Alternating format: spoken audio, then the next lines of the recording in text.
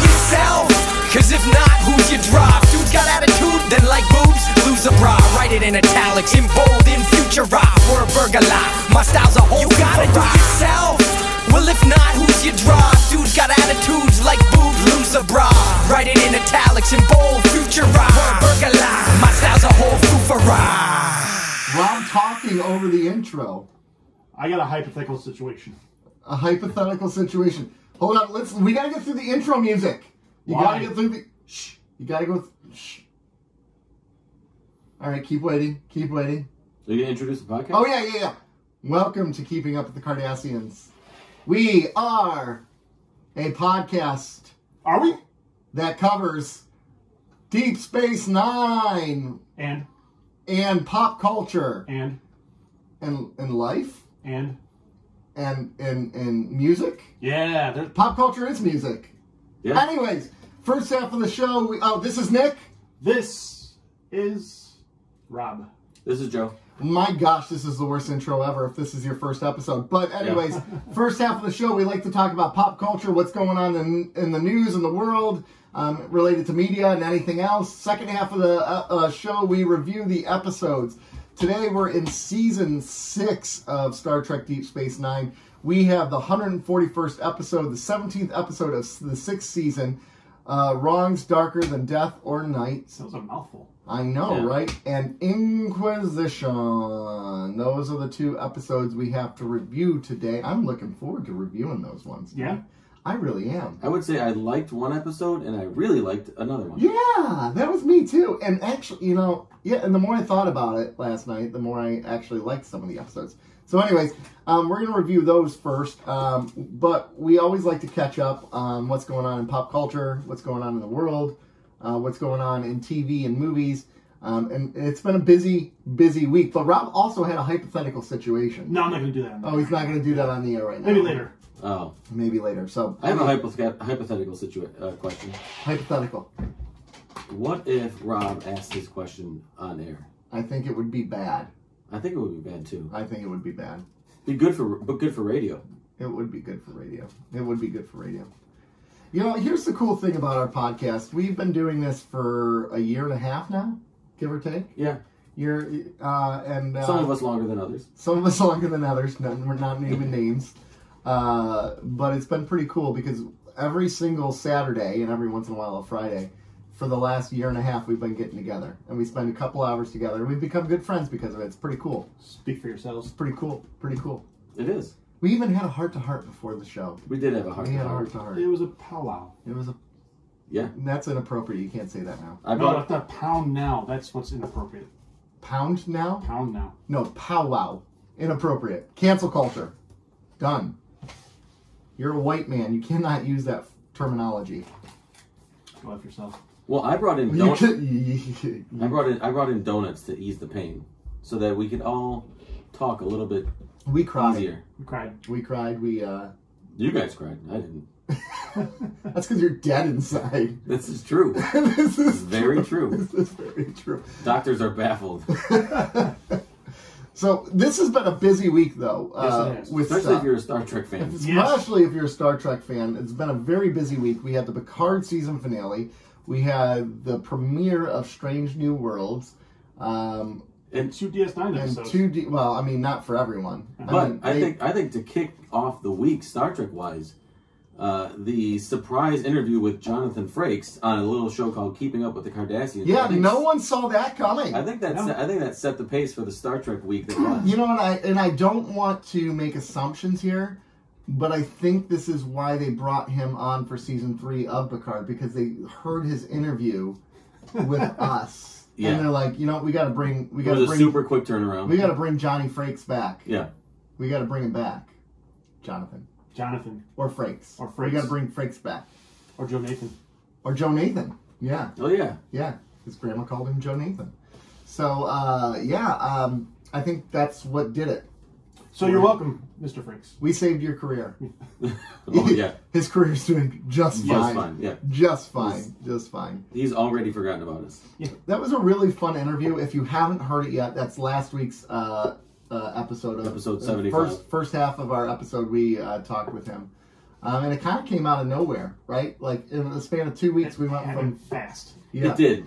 I had been reaching out to Jonathan Frakes' people for a number of months, and the way that this game goes is you reach out and you reach out and you reach out. Sometimes you don't hear anything. Sometimes you get no. Yeah. And sometimes they initially respond with yes, and it's fine. I hadn't heard anything from his camp, and I followed up again, and it was a representative from PanCan that followed back up with me and said, yeah, he'd like to do it because they had Purple Stride coming up. He wanted to promote that, wanted to promote the charity, and we said yes, we're happy to promote the charity because it's a great cause. Because we've already promoted it on this podcast before with Armin. Yeah. Which, by the way, we really encourage you to donate to PanCam. You can go to pancam.org to do that. I think they're still doing the Purple Stride donations, right? Purple Stride donations. Through the month of May? Will be taken through May. Yep. Through May, yeah. And if you have donated, thank you very much. It's a great cause. Pancreatic cancer is a son of a bitch. Yes. And it's a low survival rate still, so if you have donated... 10%. Thank you very much. Yeah, 10% survival rate, which is just blows my mind. With all the modern medicine we have, that we still haven't figured that out. It really is a very low survival rate for, like you said, modern medicine and the advancements that we've made across the board. But with, like John said, I call him John. I'm sticking with Frakes.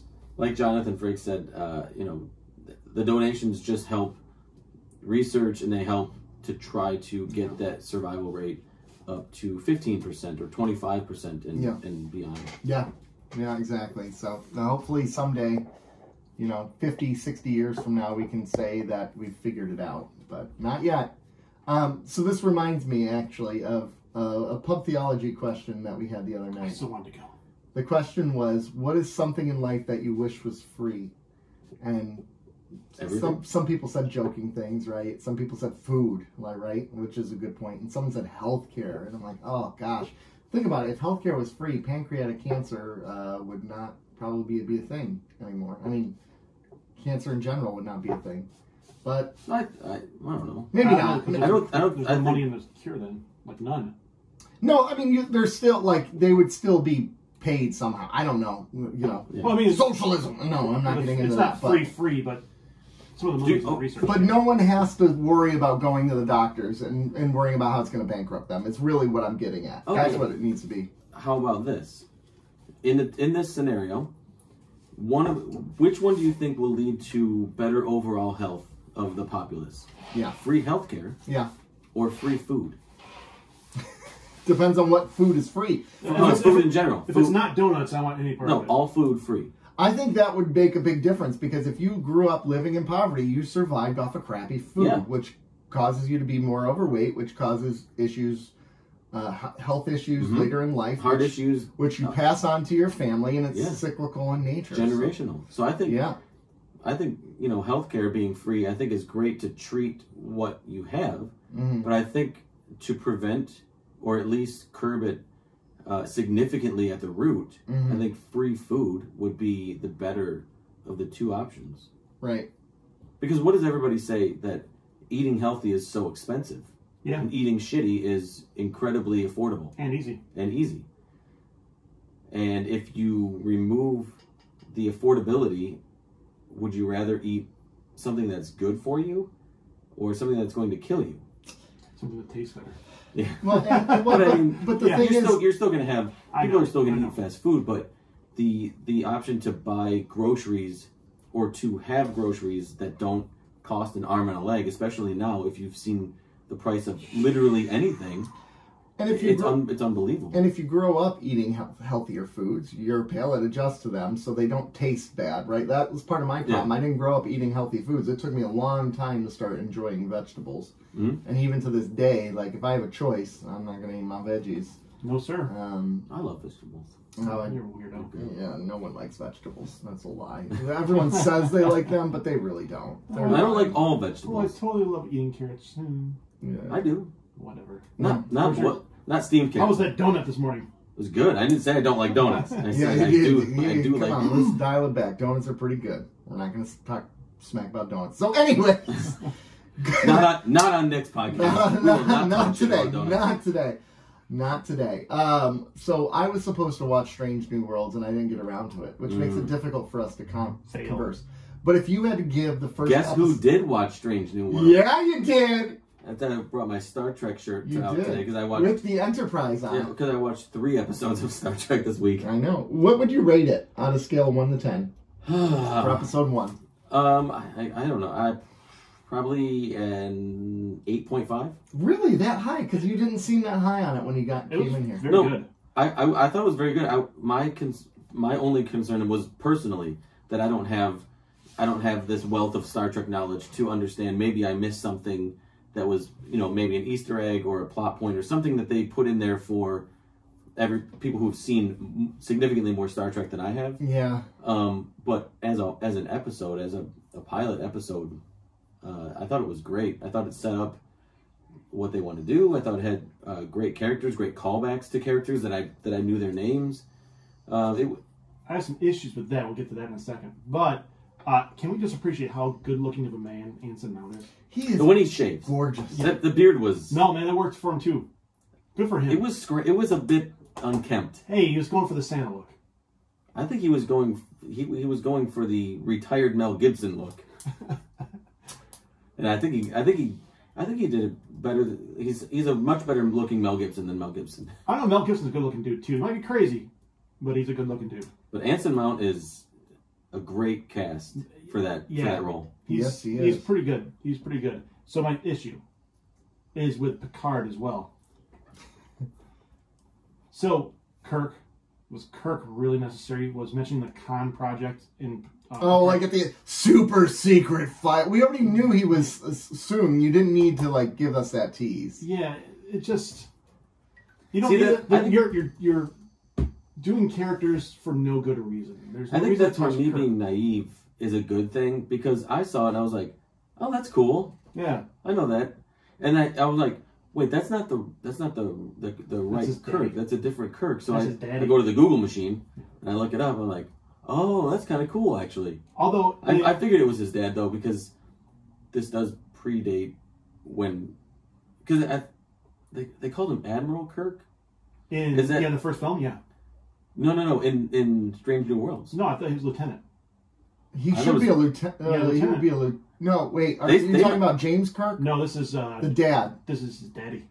So I'm almost he would be positive higher. I'm pretty sure they called him Admiral I'll have to Kirk. go back there. Because I was like... It didn't make sense because I knew he was Admiral in the first film. No, I don't think he was. We got the No, Google that shit. Who am I- James Kirk was he was an Admiral in the first film, In the right? first film, yes. Right. But I'm almost positive they said Admiral Kirk. I thought maybe it was cadet. I don't know. I don't think it was. Strange New Worlds. Admiral Kirk. Strange. But the unnecessary bringing in legacy characters just to bring in legacy characters and Yeah. the names, I don't necessarily enjoy that.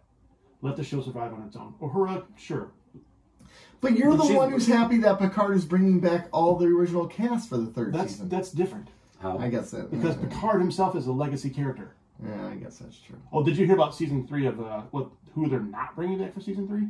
Oh, Alison Pill, Alison Pill, I saw that. Rios, which sucks. yeah, and Elnor. Who cares? Who cares? Bring I- back 7 though. Oh, Seven and Michelle Hurd are coming back. I don't mind that. I liked Rios though. Like one I of the love best Rios. characters. He's the best character on the show. Picard's kind of worthless, actually. He is in that show. He I've doesn't won- really do anything. I've wanted to have Alison Pill on this show multiple times. I've reached out. No. She busy. Why? She's not busy. Yes, she is. What is she doing? She's not busy now. She was in Newsroom. I know. I want to talk I news. loved her in Newsroom. I love her in Newsroom. Newsroom is one of my favorite shows of all time. I love it. There's something Aaron- about Alison Pill. You know how you say like Paul Rudd is that every man? Yeah. Alison Pill is that every woman. Where you're like, I think so. She's sneaky cute. she is.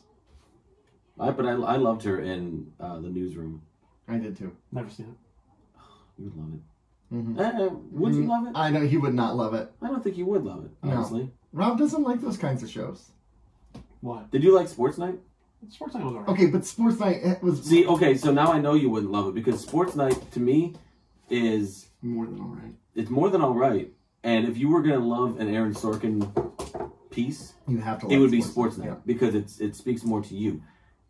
I don't know that. Did you ever watch West Wing? No. I don't think you would like You it. would not like it. And It follows it. I don't think you would like Newsroom either. But No, because Newsroom is very topical. it is. I think you might appreciate it though, Oh, he might actually. because it ties in like Because I in think real world. I think he would identify with historical. Jeff Daniels' character. Actually, Yeah. Sure. I think you would identify with Jeff I Daniels. identify with Jeff Daniels' character. I thought his character in that was Yeah. pretty fantastic. Yeah. So. Spoilers. Are we allowed to talk spoilers Oh, for for Picard? for Picard and Strange New Worlds, we've already done it. You can even talk spoilers for Strange New Worlds. I'm still going to watch it. I don't I know. know. I mean, there's I not mean, really you- much to spoil, to be honest. You spoiled. You and some dude on the internet spoiled Picard. Oh, I know. With Spoilers. with Wesley Crusher, Will Wheaton was in it.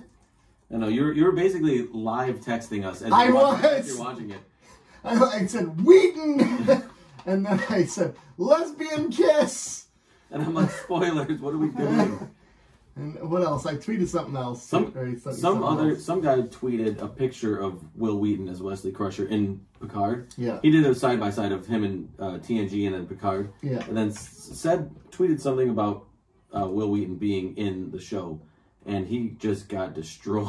Well, yeah, that's pretty crappy because it just came out. You know. Now, this got me to thinking, with modern television watching, how everything is advanced now. There's no... they still do sort of episodic television week to week, but we have social media, and you can binge it. You don't have to catch it the night it's on. Mm-hmm. You can watch it at your leisure, or you can watch it immediately. Do we have to now adjust the etiquette for spoilers? What is proper spoiler etiquette? The timeline. Do we give 24 hours? Is it 48 hours, or is it? I think it should be at least 24 hours. I think that's what it should be. Like the people who go on Twitter and live tweet shows and put Yeah. spoilers, that's not cool. Like you should wait at least a full day. I agree. I think because Is it different for movies than it is television? I would probably say yes. I would agree with that. I would say a movie. I would say almost a week, 1 week I would say 1 week at minimum.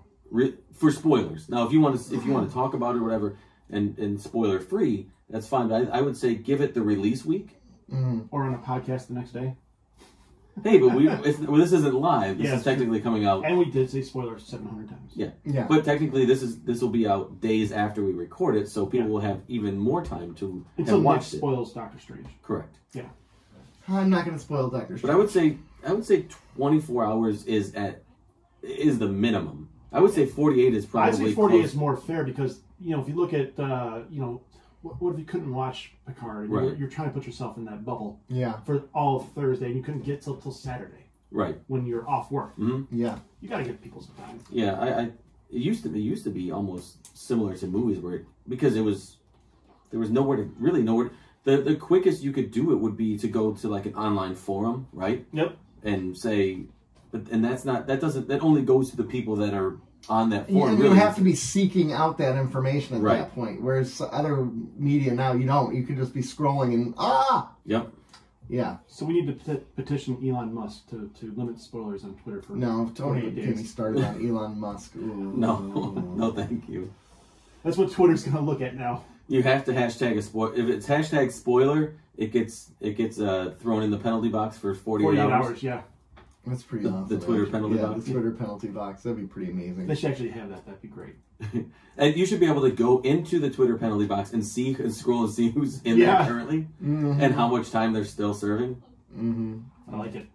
See, there are ways to make Twitter fun. It's a hellscape currently, It is. I mean, but yeah. you can make it fun. Twitter penalty box. It's amped up the fun. You could. As long as it's not Nick mispronouncing it, Twitter penalty box. No, I never mispronounce it. That's water box. Yeah. What happens when you tweet? Twitter. What is a box. tweet? A You tweet didn't is a tweet. tweeted, you twatted. A tweet is a tweet. But You that doesn't tweeted. make sense. You tweeted. Yeah. Did you sit it or did you sat? I sat. Yeah. So would it be Yeah, a twat? Oh, God. Yeah, but is a hat fitted or is it fat? Is it fat to your head or is it fitted to your head? It's fitted to your head. But that also implies... Oh, gosh. I'm trying to think of other examples. What would be another good example of We that? need an actual linguist on this We show. need a linguist on the show. Let's look one of those up because I feel like it shouldn't be called a tweet is the noun. What's the verb of it? Is the verb still a tweet? Yeah, it's like my... No, the verb is I tweeted. to tweet. To tweet. I tweeted. I tweeted. Yeah. I don't You know, like it's sad we're in a world where we actually talk about this. Yeah.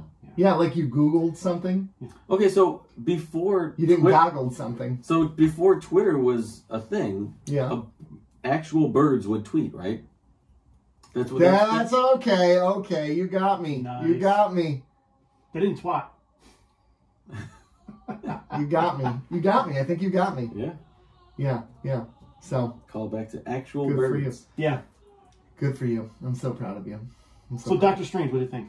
I really liked it. Eli and Leslie were not as much fans of it. Why didn't they like it? They said it wasn't like a Marvel movie, and I'm like, that's why I loved it. They're like, there wasn't a lot of humor in it. That's why I loved it. There's a It was Marvel really movie- scary. That's why I loved it. It was really kind of violent. That's why I loved it. Like, every reason they didn't like it, that's why I liked it. You had me sold at not really a Marvel. I know. movie. You Yeah. piqued my interest. Because honestly, I'm It is a Sam Raimi film through Good. and through. good. The cuts are very much like Army of Darkness. Like in nice. He cuts the film. He does a lot of like the slow-mo stuff that he does in those movies. It reminds me of the original Spider-Man in a lot of ways too.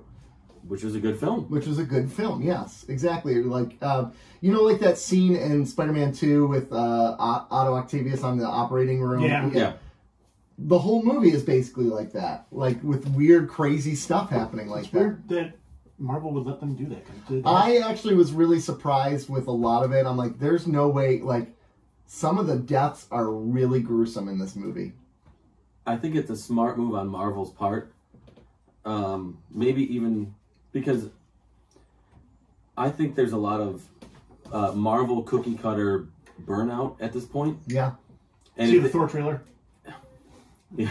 yeah. And if they're going to start doing things a It's little, Takai with TD though, so I'm okay with that. but if they start doing things a little different, but they still have that Marvel charm to it, I think they can sort of bob and weave and avoid the inevitable plummet of interest in Marvel movies. Go more Iron Man 1 instead of Iron Man 2. Yeah, Yeah, yeah. Or Captain America, Winter Soldier, yeah. because that's great.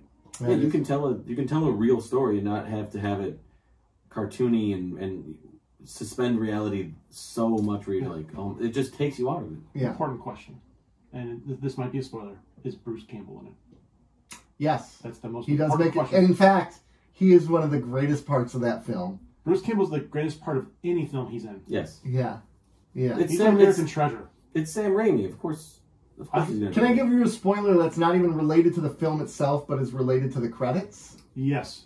And Spoiler. it's still not related to any of the future films? Just in Yeah. case, skip the next 15 seconds. Spoiler, spoiler, spoiler, spoiler, spoiler. The very, very, very, very last end credit scene, after the credits all roll, is only Bruce Campbell. That's fantastic.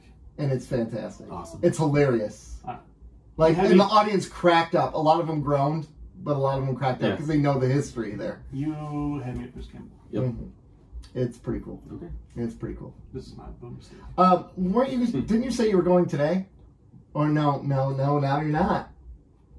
Oh, who? Probably tomorrow. To Doctor Me? Strange. Me? Yeah, Yeah. Yeah. Have you both seen it? No. I see Oh, that. okay. I was going to go today, but I was told I was going to be late to something if I go. Who cares? Yeah. Who cares? I don't. Go. Go Trust me. right after this. I might. Yeah, I might see with my son and his friends. You should go. Yeah, go right after. It's worth seeing. I want to talk about this one next week. I Okay. mean, I'm sure you'll get it done by next week, but Yeah. I enjoyed it. Yeah, I mean, there's not much to say. It didn't really advance his story because it's the same. I'm not going to say anymore, but It's probably hard to go into without. it's good. I enjoyed it. I liked it. The critics didn't like it, which Really? to me is a good sign. Yeah, Yeah. it is a good sign. Yeah. The audience score is extremely high, but the critic score is not. They said this is a Sam Raimi film. Like, that was the critics' review. And it's Yeah, like, same. that's a good thing. Yeah, did you look at the credits? Did I you know. see who directed And did it? you see who wrote the music for it? No.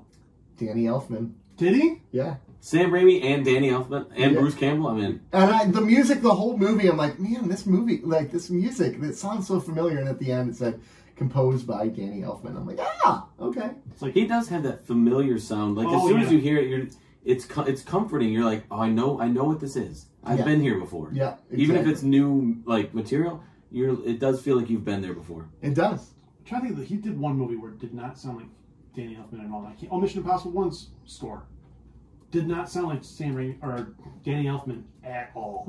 Yeah. And then I was the one who broke the news that Danny Elfman used to be an 80s pop star. Yes, you did. I mean, everyone else already knew that, but I had no clue. I had no idea. Nick, breaking news, that's 40 years Yeah. old. I had no clue that he was like a pop star. So when he was on at Coachella, like, that was crazy. And the dude is ripped. Yeah. Like, good for him, man. Good for you, Danny Elfman. Good for you. Good Danny for Danny Mr. or Elfman's- Mrs. Elfman. Yeah. Mr. and Mrs. Elfman. Sure. Anything else, gentlemen? I had one other thing that I wanted to talk about, but if you have anything else that I don't have anything happened else. this week. Go for it. So I historically don't watch new shows, which is why it's a big deal that I watched Strange New Worlds.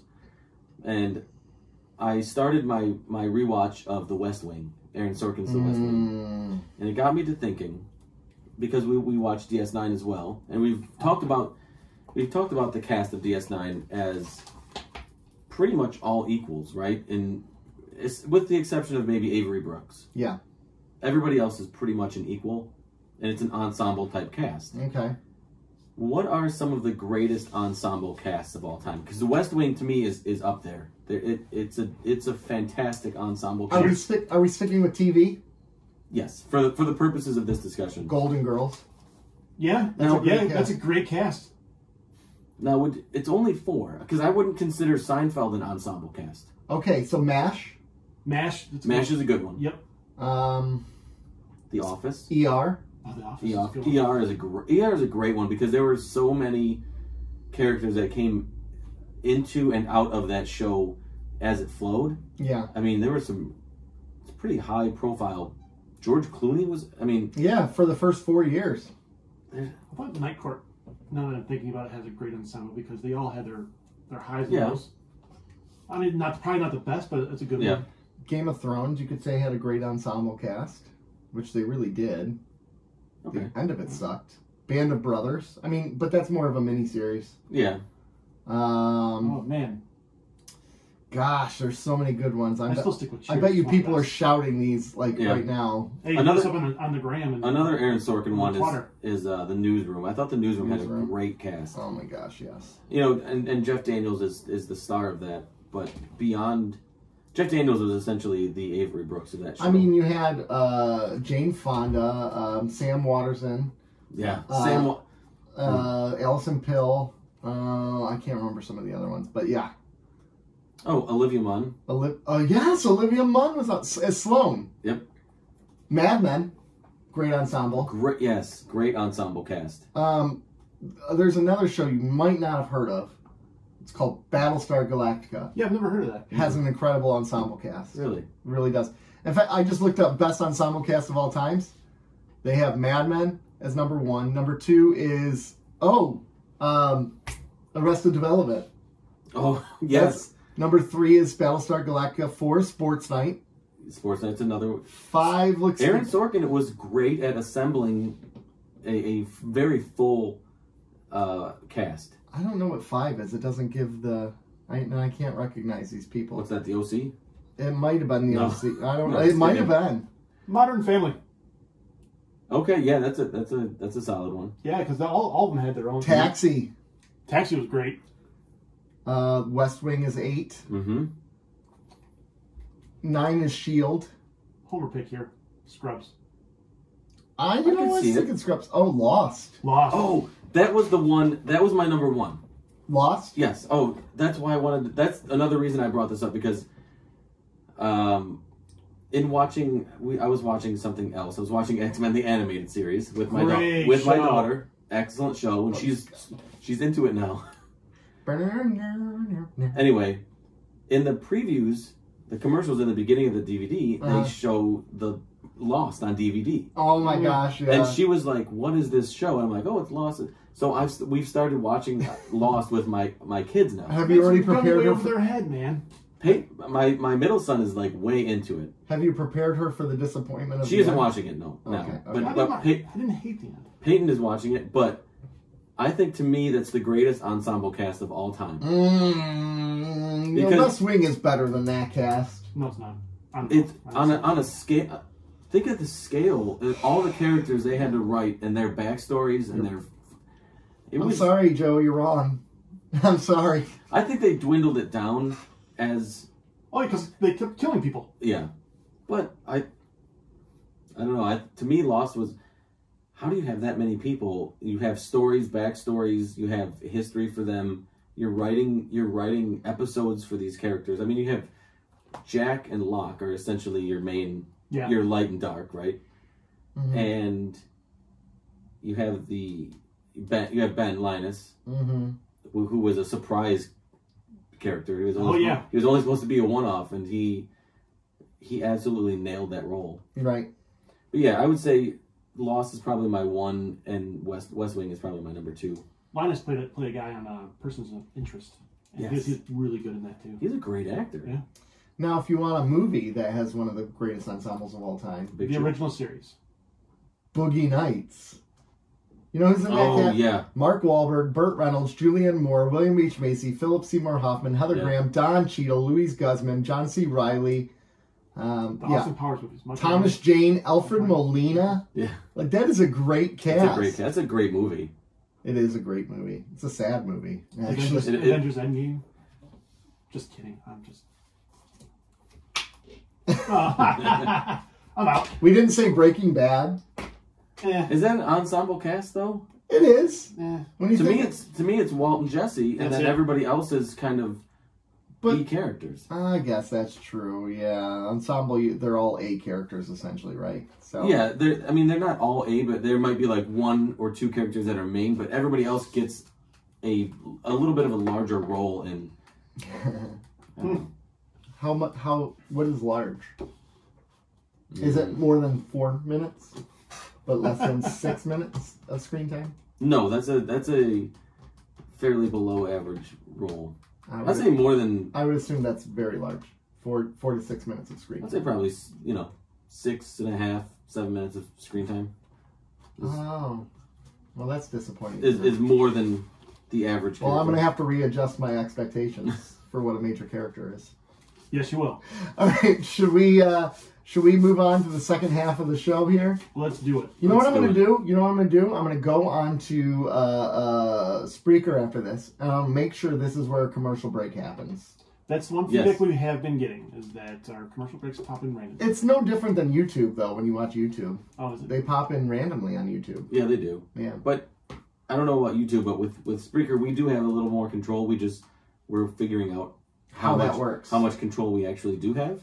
So, and we can, to a certain extent, we can play God with our commercials. Yeah. So I'm going to play God here, and I'm going to mark down what this, and you're hearing in real time me editing. So I'm going to figure out the exact time that we're taking a commercial break. So anyways, folks, we will be right back after this commercial break at 33 minutes and 40 seconds.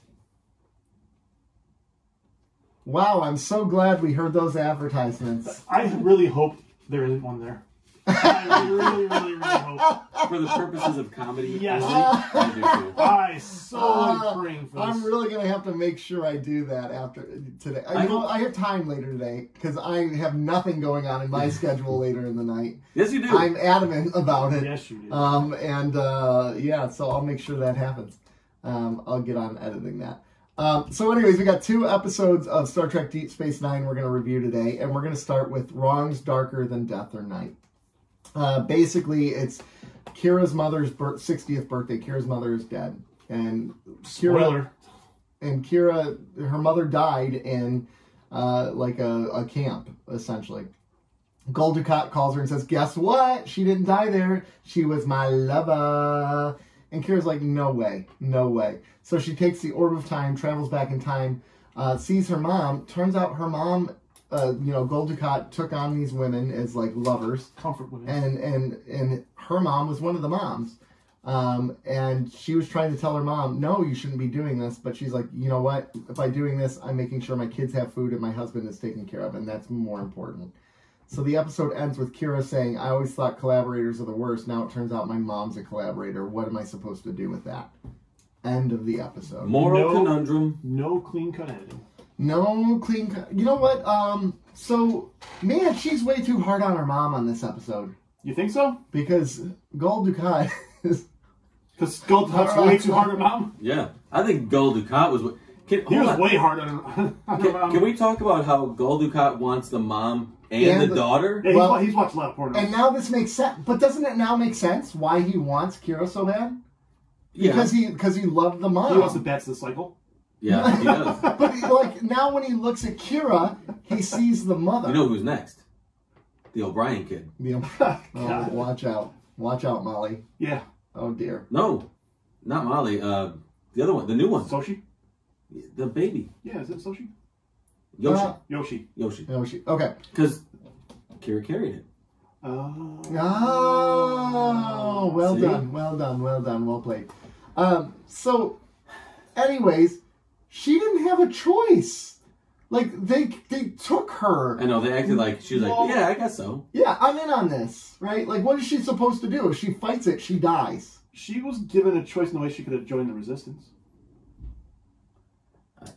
Where she's like, we could escape together? Yeah. But that doesn't mean she's going to actually escape. That doesn't mean that at all. She could die in that. Scale. And then her kids and her husband are not taken care of. Scale of 1 to 10, how reckless was Kira with the timeline going back in Dude, time? she was just destroying everything. She didn't give a damn. I mean... She's not Federation, though. She already... I mean... Like, she interfered right away with the Right food. away. Right away. And she told Cisco, she's like, I'll be careful. I'll be careful. Yeah. I'm not doing anything. And then she's trying to talk her mom out of staying with Gul Dukat. And be Well, like, here's the counter argument to that. What if the prophets just erased all that and just let her experience what was going through, and that's just a non-issue? or another counter argument, a spoiler for Picard, maybe that was meant to happen so her mom would follow that rules. Remember in Picard, we were like, I always thought these bullet holes were from World War II. It turns out they were from me. Picard. Yeah. That just struck me immediately. I was like, you're 10 seconds into this orb, and you're already causing a bar fight. You're running amok. Yeah. Mm-hmm. Yeah. I was like, oh, here we go. Timeline screwed up. Yep. Yeah. We're gonna mess up everything. Yeah. And Kira's mom's now alive. She's gonna kill her. She's gonna kill her mom. Yeah. Right. Like, what is it? What is this? And yeah, he's like, you rescued your mom. Like, why wouldn't she rescue her mom? Right. I don't know. Cisco. She's been so against collaborators in the past, and these people who have helped the Cardassians. She's angry. But you know what? You She didn't has have it either. been. But how many experiences has she had with people who kind of toe both lines, and then she realizes it's not as cut and dry. And then, so I feel like in some sense, this was a little bit of a step back for her. It's but always it's been her mother. It's always been a journey for her to get to that point, though. And if you had 50 years of oppression, and you're just coming out of that 6 years, still 6 years fresh from that, you're going to have regression. Yeah, I agree. I think that's natural for that character, so I don't think it takes a step back. I think that would be a real life thing that person would be going through. I agree. Regression is one thing. I think going back in time to kill your mom and Dukat is another. Well, just think of if she would have killed Dukat, how much less drama there would be on the show. But the show, she's gonna go back and it's gonna be empty. But The man's gone. This goes back to things about Dukat. He really was trying to do some reform to keep the Bajorans from resisting as much, right? Now, he wasn't doing it because he wasn't doing it because he loved the Bajorans. He was doing it because he wanted to make it easier on the Cardassians, and he realized that He wanted to be worshipped. That's why he did it. So what? So maybe he's still not that bad, so what? He was still doing things. The hell is misunderstood. No, he was not misunderstood. He was still evil, but he was making life easier for the Bajorans. So she goes and For the Bajorans, he could rail. Yeah. No, for all the Bajorans. It's a stressful life. He needs relief. So they kill Gul Dukat here. Does another prefect come in, and now all of a sudden they still have occupation of Bajor because they're more we don't have heavy-handed. much of a Dominion issue right now. The cops killed. Maybe not. I'm going with positive scenario. No, maybe you do, because now Deep Space Nine was never occupied by the Federation, so then the Dominion rolls in because they're not really scared of the Cardassians. Or the Federation gets there earlier because the situation's so much worse. No, I don't think it works that But way. then, what happens to Kira? Who knows? Her timeline is completely erased, and then she has to forge a new path. Yeah. She's not. Maybe she becomes a Kai. Kai Kira. I could see her going the religious route. I can see her going that route. She didn't have to fight. She straight up called him an emissary to his face this time. She did. Yeah. I noticed that. Please, emissary. I was, upon initial watch, and I only watched it one time, but my immediate thoughts were, I didn't really like this episode. Right.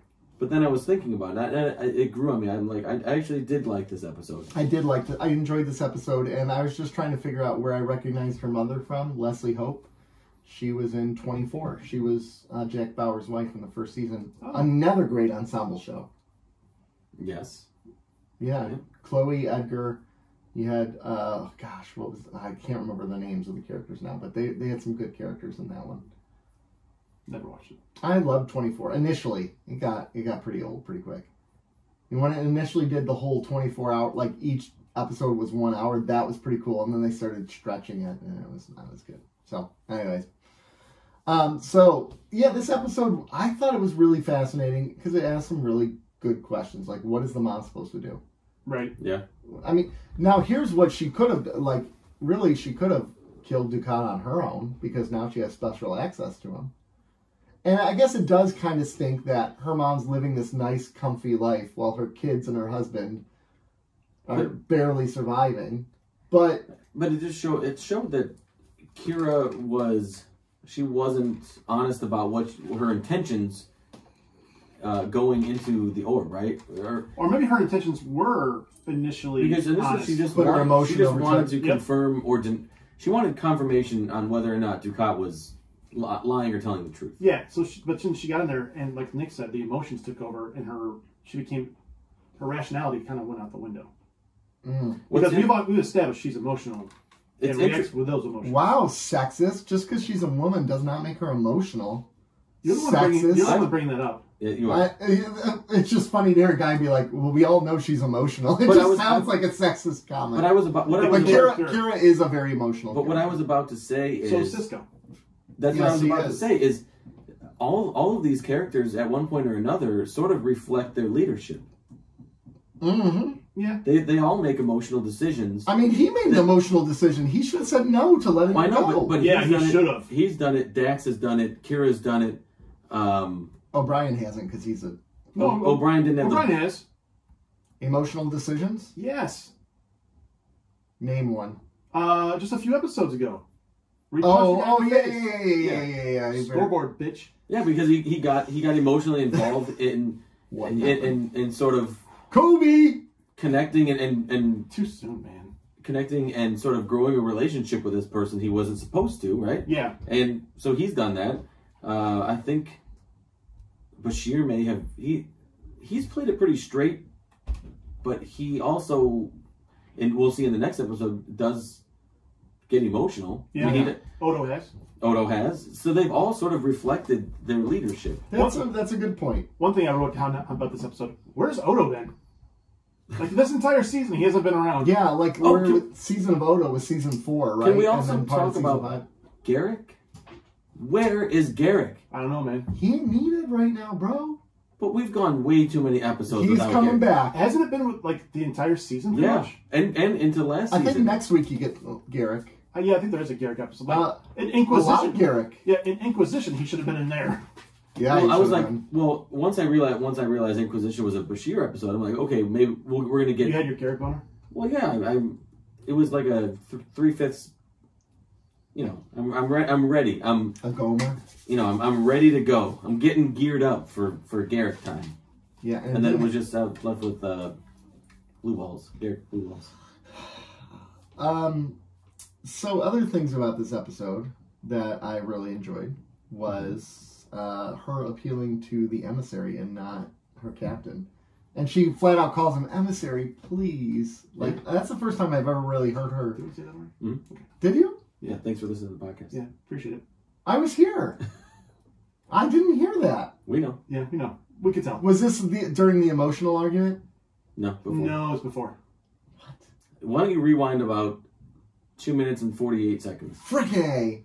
I was there for this. I swear I didn't hear it. And I've been right. focused Yes, the whole time. you know what? You're right. You are right. She did appeal to the emissary and not Cisco. And called him directly emissary. Mm-hmm. To his face.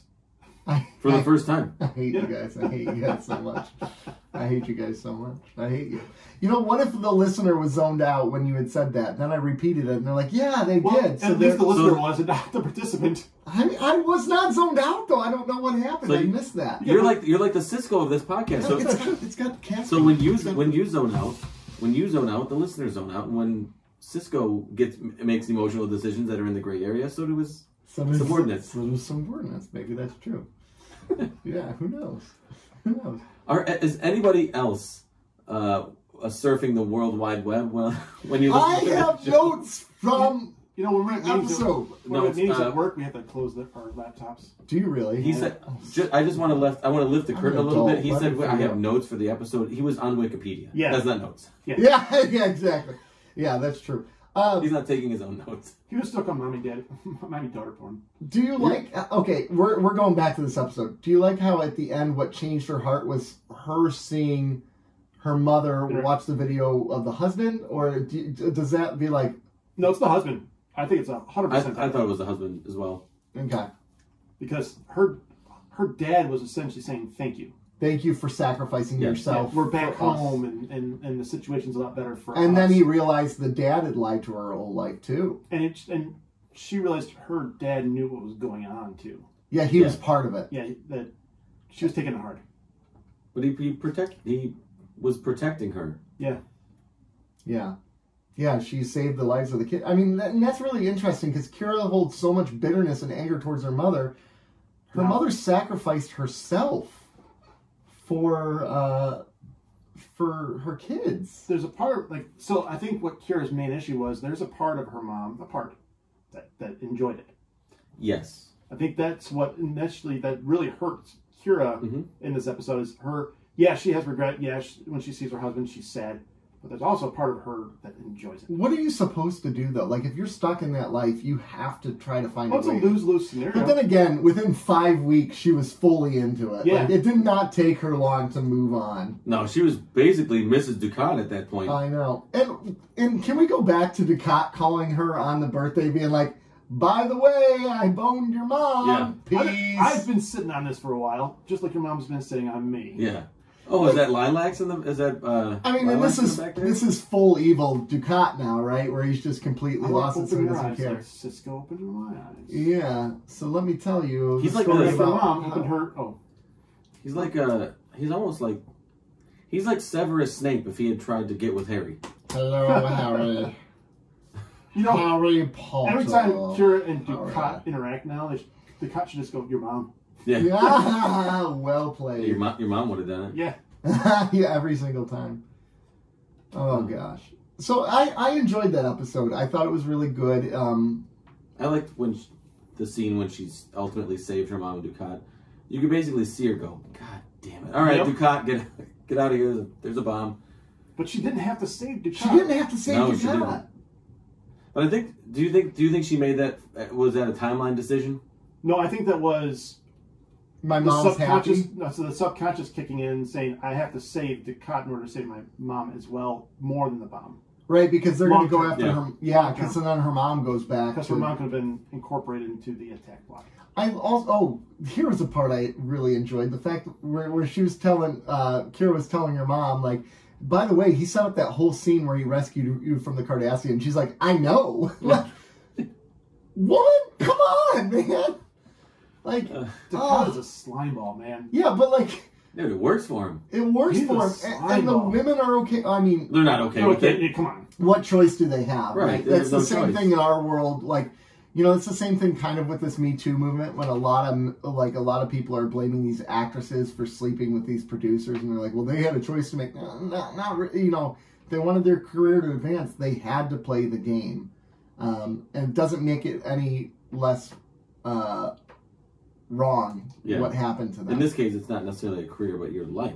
Yeah. And in this case, it's your life. So I really like the parallels to our world in this. Yeah. And it made me think, back to World War II with the Nazi soldiers who would take the French women and the Dutch women as lovers. And what are they supposed to do? They're going to get killed if they don't. But then after the war is over, the people shaved their heads and paraded them down the streets and tarred them and feathered them. And what were they supposed to do? So do we know what happened to the Bajoran women after the Cardassians were done? I think it was implied that either they disappeared or they went back to where they came from. Because it sounds like some of it was short turnaround, other than Ducat's infatuation with particular women. But I think it's more like how did the Bajoran people respond to those women? Oh, they were collaborators. They were, absolutely. They were hated, right? But again, what were they supposed to do? I mean, that's an impossible choice. Klingon would kill themselves. That's very true. Klingon would. This episode was directed by a Klingon. I know. Michael Dorn? Michael Dorn. Oh, you did a great job then. Yeah. This was a well-directed this was a well-paced episode. And kind of a tough one to direct in the long, especially if you have to do a ton of them. Yeah. And there, correct me if I'm wrong, there wasn't a B plot to this, was there? I don't recall. No B plot. It was all A. All T and A plot. All that A. It's a wonderful A. All right, should we move on to the next episode? Inquisition. No one suspects the Spanish Inquisition. Dr. What the fuck was that? I don't know. Sloan from Internal Affairs shows up. Apparently there's been a mole on Deep Space Nine. All the officers are suspected. No, it turns out really they're after Bashir. They think Bashir was turned as an agent when he was in prison for 5 months. Sloan spends the whole episode interrogating him, trying to get him to admit that he was an agent. Initially, he has the full support of the Deep Space Nine command structure, but by the end of the episode, they're like, "Dude, how could you do this to us? You betrayed us." And he's like, "No, I didn't betray you." And then he goes to O'Brien, and he's like, "O'Brien, you love me, don't you?" And he puts his hand on his shoulder, and O'Brien jerks his hand away, which clues in Bashir, something's wrong here because just a couple days ago, he hurt his shoulder. Turns out, it was all in a holodeck. And Sloan is not Internal Affairs. He's Section 31. And he wants Bashir for Section 31. Episode ends with him telling the Deep Space Nine crew, and Sisko's like, "Yep, you join him, bro." End of episode. William Sadler was really, really good. He was really good. Yeah. Really, really good. Really good as really a Luther Sloan. I mean, he plays that so well. Really it's good. those cheeks, man. Those cheeks of his are intimidating. As a big fan of Mission Impossible 1, I kept on waiting for Bashir to say, this whole operation was a mole hunt. I so wanted it so bad. I want to go back to what we talked about before we turned on the mics. Was this is a credit again to, I think it's Junie Lowry Johnson, the casting director. Wow, it'd be great to have her on the show. It would be. Someone's dialing it in now. Trying to make it happen. But another great casting for a character that up to this point has only been in one episode. I don't know if that character comes back, don't tell me. But a great casting and a great execution of what they needed from that character. Did you know William Sadler's a graduate of Cornell? Ever heard of it?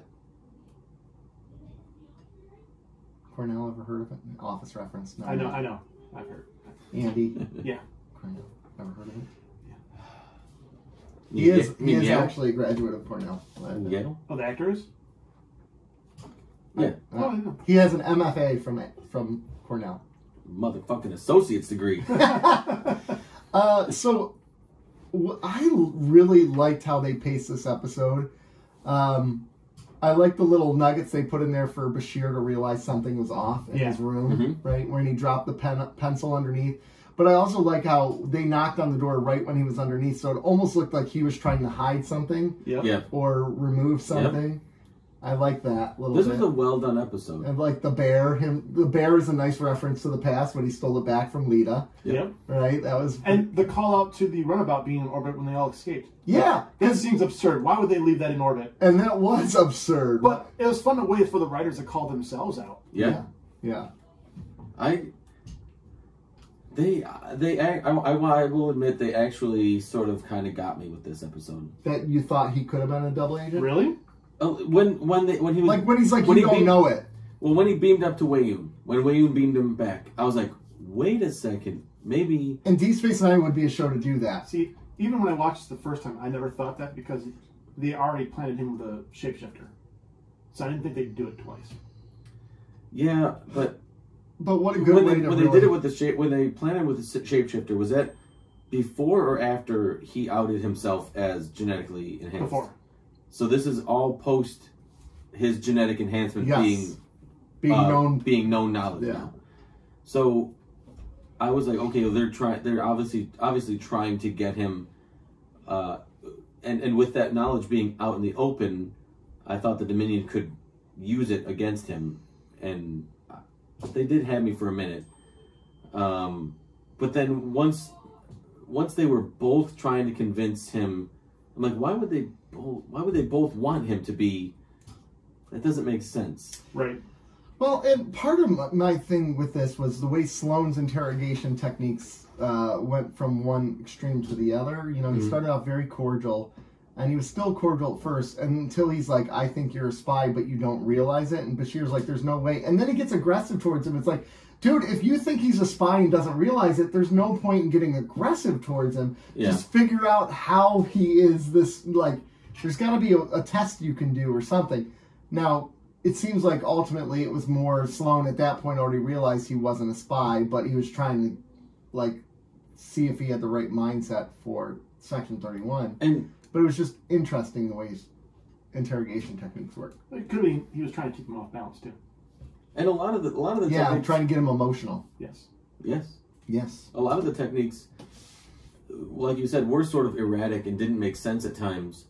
But when you look back, you realize it was all a simulation. So they were probably just saying, let's do this, now let's do this. It wasn't real.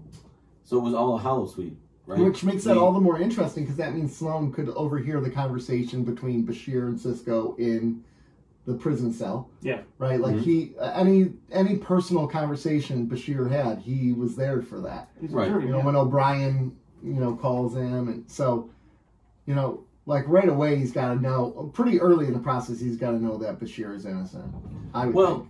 Yes, but trying to confirm more than in the long run that he's innocent. But anybody doing any sort of police work knows that you're not, just because somebody seems innocent at some point, right, and repeatedly seems innocent, doesn't necessarily confirm their innocence. He's doing his due diligence beyond what any normal if you were a covert Starfleet officer would do, because they're covert, because they're Section 31. They're essentially the best of the best, right? Right. So they're shadiest of the shadiest. Yeah, but they're not going to make mistakes. So they're probably not going to set themselves up to make mistakes. So they're going to be as thorough could possibly be. And I think setting him up in these different situations where, as the viewer, you're like, yeah, he's probably innocent. Yeah. But why are we still going through this? Why are we parading him down the promenade in handcuffs? Why are we imprisoning him when you haven't formally charged him with anything? Yeah. Now it all makes sense. Now it all makes sense. Well, and again, this is part of that mental warfare of Sloane, parading him down the promenade, embarrassing him, making him look bad in front of his friends, like trying to break him down. And this is a lot of times what happens in current law enforcement. they want the confession more than anything else. It doesn't necessarily mean you did it, but they want that confession. Hey, he gave him the chance. Here's your I mean, I had a situation when in my early 20s where I was accused of something. And I told you about this, the lie detector test thing. Yep. And that detective was lying to me the whole time. He's like, look, we have video of you walking out with the systems. We have video of you doing these things. And I'm like, no, you don't. Yeah. But then they're so good at what they're doing that they make you start to go, well, shoot, was I maybe throwing away a box that looked like a system? So if I just admit to that, maybe they'll let me go. But that tells them that you're not reliable on your stories now, and then they can accuse you of things. So, like, it's interesting how that works. Like, they're going for that confession, and that's what Sloan is going for. He just wants a confession. Fascinating. I loved Sloan. Yeah. I initially hated Sloan, but I loved him Is it because of the end, realizing he is Section 31? No, it's not necessarily realizing he was Section 31. That definitely helped. Yeah. But it was his commitment. Yeah. To the cause, to what he was doing, and his monologue. Yeah, his monologue to Bashir. I was like, yeah, I get it. And you don't. And this is a good question. Like, is it a necessary evil? Is it a necessary evil to have a Section 31? Where's that in the bingo board? And it's the same thing with our government. You know, there's black site things, and there's things that are off the book. Is that necessary? I think it is. But yeah, it is. You are towing a line though when you have this unchecked branch of autonomous government, essentially, or policing, where they don't check in with anybody, they don't report to anybody, they don't fill out reports. Yeah, but like he said, you have to have the people that are the right people who are committed to doing it for the right reasons, and that's the danger. And that's the danger. Yeah, and to me, I think not only were they trying to find out if he was a mole, but I think this was also a recruiting tactic. Oh yeah, totally agree. So that's why they're putting him through so many of these scenarios where that doesn't make sense in the context of what they're accusing him, but as a recruitment tool, if you look at it as a recruitment scenario, yeah, it all makes sense, because if he's going to break at any point, put it this way, he probably knows he's innocent going in. Yeah. Right? Yeah.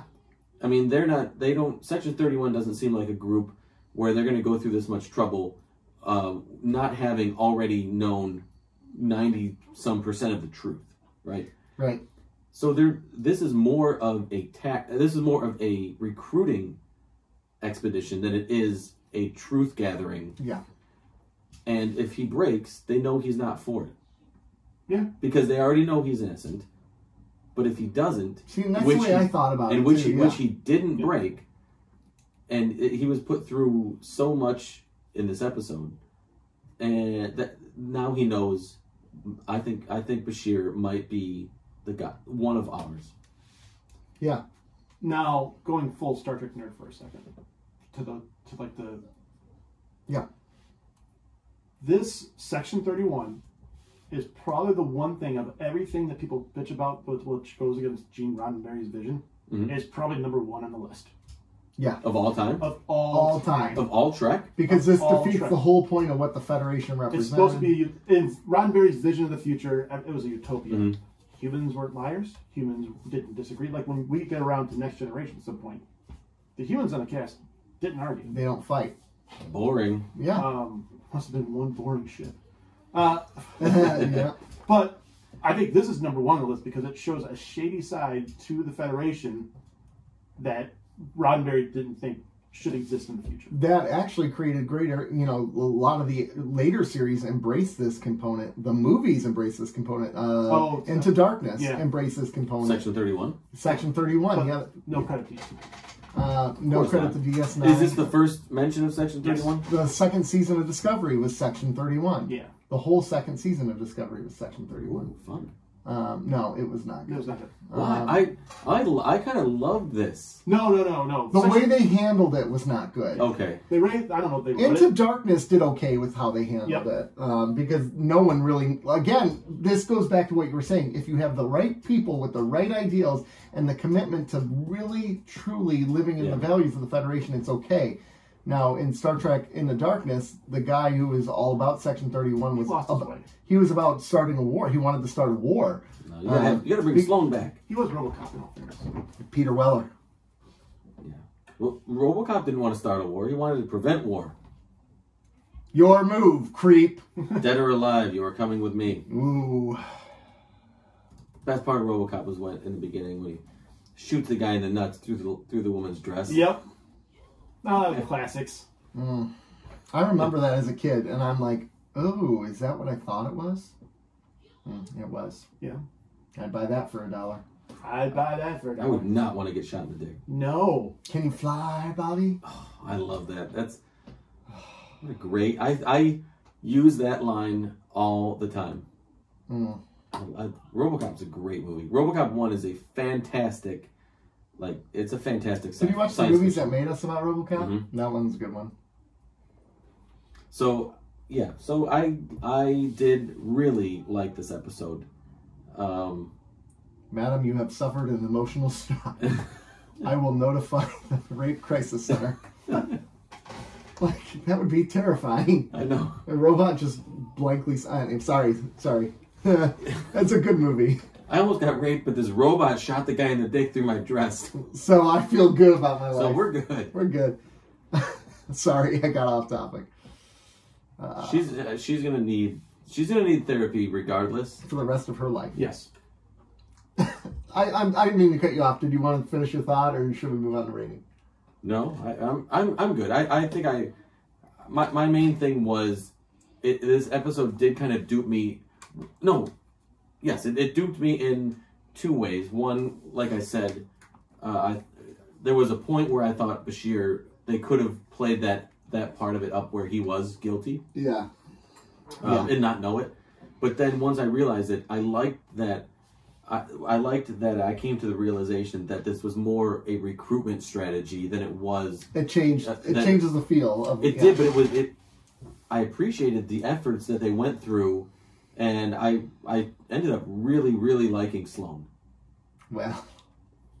In this episode. Says something about you. Yeah, it does. It does. Spoilers. I do, but... Great.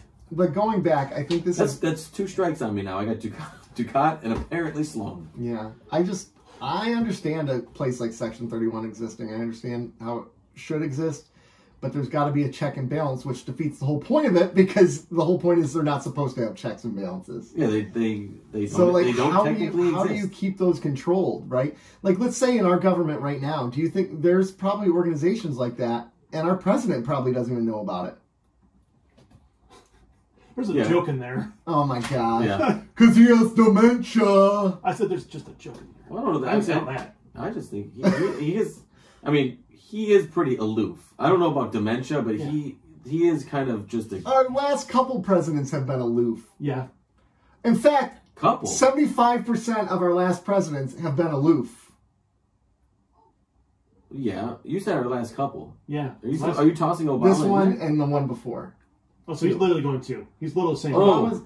And then that's why I said 75%, because if you go to the last four... I want to have a little Seinfeld moment here then.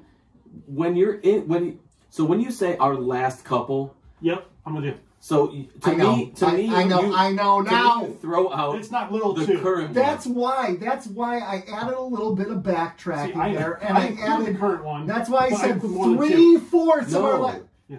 No, you don't. When you say our last, the last two Wednesdays would be this Wednesday and the Wednesday before. Yes. No. What if? Okay, it's currently Saturday. Correct. What did we do the last two Saturdays? The last couple Saturdays. That would be the key thing. Well, you're halfway we're through in the day. Saturday, so it's not past tense. So the last couple will be the prior two Saturdays. Correct. I know. This is why I added the little bit of exposition where I said 3/4 of the president's. So we don't need a linguist on this podcast. I'm here. Oh my God. And I will correct Nick and apparently Rob. Wash your mouth out with this Lysol. I'm using it for my laptop, actually. I thought you were going to use it for your eyeballs, so you don't have to look at me. That too. Oh. All right, gentlemen. Shall we rate the episodes? Let's rate. Bonnie, rate these episodes. All right. So episode 1 with the weird name that's really long. Wrong. It's like a Fall Out Boy song title. I tuned into the wrong sucker, then death all night. If anybody gets that joke, I rate sins, not tragedies. Yeah. I'm going to give this episode 7.5. Shooting high. I'm going to give it a 7.5 as well. I thought it was really good. I really enjoyed it. I don't know if I'd love to go back and rewatch this one a lot, but I enjoyed it. I did a 6.5, so ballpark. That's fair. No, that's fair. Okay. Inquisition. I'm going to go 8.0. Nice. I was going to go 8 as well today. And I did 7. Wow, you're a full point lower than us today. No, but he's consistent. Yeah, that's true. We upped at a half point. And he upped it his a half point. Yeah. Okay. Cool. I really liked the second episode. I feel like these are nice rebound episodes after the last couple weeks. Definitely a couple of heavy hitters. Yeah, and we have another heavy hitter coming up. Is it in the Pale Moonlight and then His Way? Or those the next two? Let me double check. Yes, His Way. Okay. Oh gosh. I just got entered in. Okay. There's a lot of episodes this season. There's 26 episodes? It's every season so far. No. Yeah. Except for season 1. Can you go back and confirm Jesus that? Christ of Latter-day Saints. You're right there. You're right there. 20 for season 1. Mm-hmm. 20 for season 1, he said. Yep. 27 for season 2. 27 for season 2. That's a lot of episodes. Let me put it in your 27. I'm putting it for 3. I'm putting it by your face.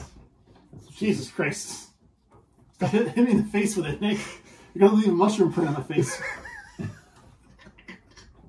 Oh, the microphone, right? Microphone's yeah, it looks like a mushroom. Yeah, I know. Yeah. It's 26, because it's one down. Okay. So it is, I don't know. I guess I'm used to like 22 to 24. Well, now it's 22, isn't it? Or 20 for like regular broadcast shows. Yeah, between 20 and 22. Yeah. Well, gentlemen, where can what are some things we should talk about as we wrap up the show? Well, I think y'all should talk about Patreon. Yeah, patreon.com/keeping up with the Cardassians. It's 3 tiers: $2, $5, and $10. Mm-hmm. You get bonus episodes. We're gonna have another Q&A coming up soon. We will have another Q&A coming up. Rob's Q&A was terrifying, but necessary to hear. Yeah. So you should probably join our Patreon for that. Patreon is a chance for us to get more personal on things and talk about our lives and or talk about things that we might not necessarily talk about on the show. Such as I had to answer the question. If you're, what was it? The sexual position one with my parents? Yeah. Oh yeah. What do you think your parents' favorite sexual position was? That's it. I had to answer that question. Just so you know what you're missing. Oh gosh. It was.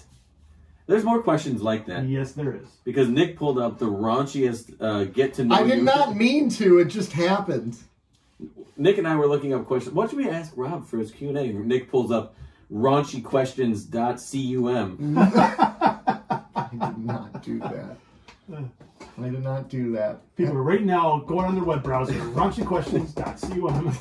If that's a real site. That is a real site. So yeah, Patreon. We have a Google phone number. Yes, we do. What is that number? That number 734. 1734-494-0980. And you can leave feedback. We got feedback this week saying that Rob swears. Yes. Did we? And he dropped an F-bomb this week. So on the voicemail? That story checks out, yes. It might be from someone we know. Oh. Yeah. It's obviously somebody that listens. Yes. Well, unfortunately. Okay. Instagram. Keeping _up_Cardassians. Twitter @CardassiansPod. Facebook, you don't care. And YouTube. And go rate us on Apple Podcasts. Yep, please and do. Spotify and all that junk. Anywhere you listen to here Rate to us. us, go ahead and rate us. You can be honest. Tell us what you like. Rate us. I think they only do 4 or 5 stars. If So I'm being honest. So yeah. Pancake. Bye. Bye.